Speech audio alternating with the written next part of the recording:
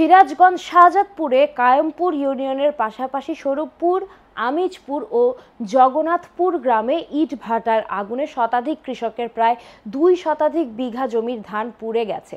গত সোমবার দিবাগত রাতে হঠাৎ এজিএর ইটভাটা দ্রুত ইট পোড়ানো শেষ করতে ইটভাটার ফাজার মুখ খুলে দেয়। এতে ছড়িয়ে পড়া ছাইয়ের আগুনে ইটভাটার আশেপাশের 2 শতাধিক বিঘা জমির ধান সহ আরও প্রায় 26 বিঘা গবাদি পশুর ঘাস পুড়ে যায়। কৃষি অফিস জানিয়েছে, এই আগুনের 9টি স্কিমের 193 বিঘা জমির ধান পুরোপুরি নষ্ট হওয়ায় 231.6 মেট্রিক টন ধান সম্পূর্ণভাবে পুড়ে গেছে। এতে ওই এলাকায় প্রায় 100 জন কৃষকের প্রায় 1 কোটি টাকা ক্ষতি হয়েছে।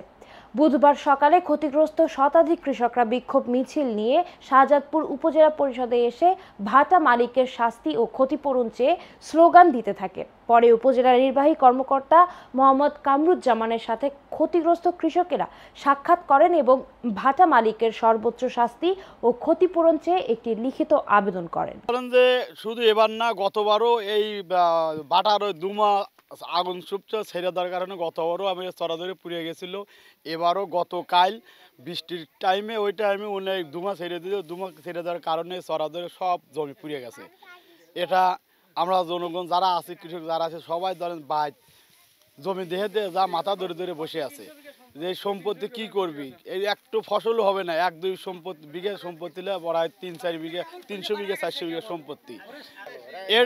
এর বাটার 2 মাস আগুন এসে তো সব চড়া ধরে একবার পুড়িয়ে গেছে।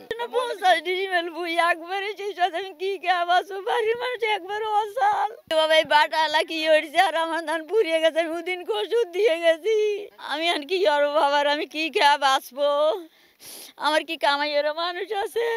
গত বছরও এই ধানটা পুড়েছিল, তখন এই পাকার মধ্যে আসলে বেশিটা ক্ষতি হয় নাই। এখন আমরা কিছু অত মনে করছিলাম না, কিন্তু এবার যে ধানটা পুড়েছে কেবল ফুলে কেবল সই হয়েছে, দুধের পার পুড়েছে, আমরা কিছুই পাবো না, কিছুই পাবো না। আমরা ক্ষতিগ্রস্ত হয়ে গেছি, একবারে ভেঙে পড়েছি, সর্বনাশ। আমরা না খেয়ে মরার তাল। আমার এই 1 বিঘাই জমি, আমার কিছুই নেই, কিয়া আমি এখন কি নিয়ে বাঁচবো। বাটালারা আমাদের ক্ষেত খোলা শেষ করে দিছে, আমরা পোলা পানলে কি খাবো, আমাদের খাওয়ার মতো পরিস্থিতি নেই। আমরা ঋণ পান করে ক্ষেত রাখছিলাম, সে ধান মান সব পুরা দিয়ে গেছে। আমাদের এখন কি উপায় হবে আমাদের এখন? আমিও ইতিমধ্যে শুনেছি যে একটা ইট ভাটার ধোয়ার কারণে কিছু কৃষক ক্ষতিগ্রস্ত হয়েছে। এটা আমাদের দৃষ্টিগোচর হয়েছে। ইতিমধ্যে আমরা কৃষি অফিসারকে আহ্বান করে একটা আমরা কমিটি গঠন করছি। যদি কমিটির মাধ্যমে যদি প্রমাণিত হয় যে ইট ভাটার কারণে এটা ধানগুলো নষ্ট হয়েছে, তাহলে আমরা সেই ইট ভাটার বিরুদ্ধে বিধি মোতাবেক ব্যবস্থা গ্রহণ করবো। ইতিমধ্যে আমরা পরিবেশ অধিদপ্তরকে অবহিত করছি যেন তারা এই ব্যাপারে ব্যবস্থা গ্রহণ করে।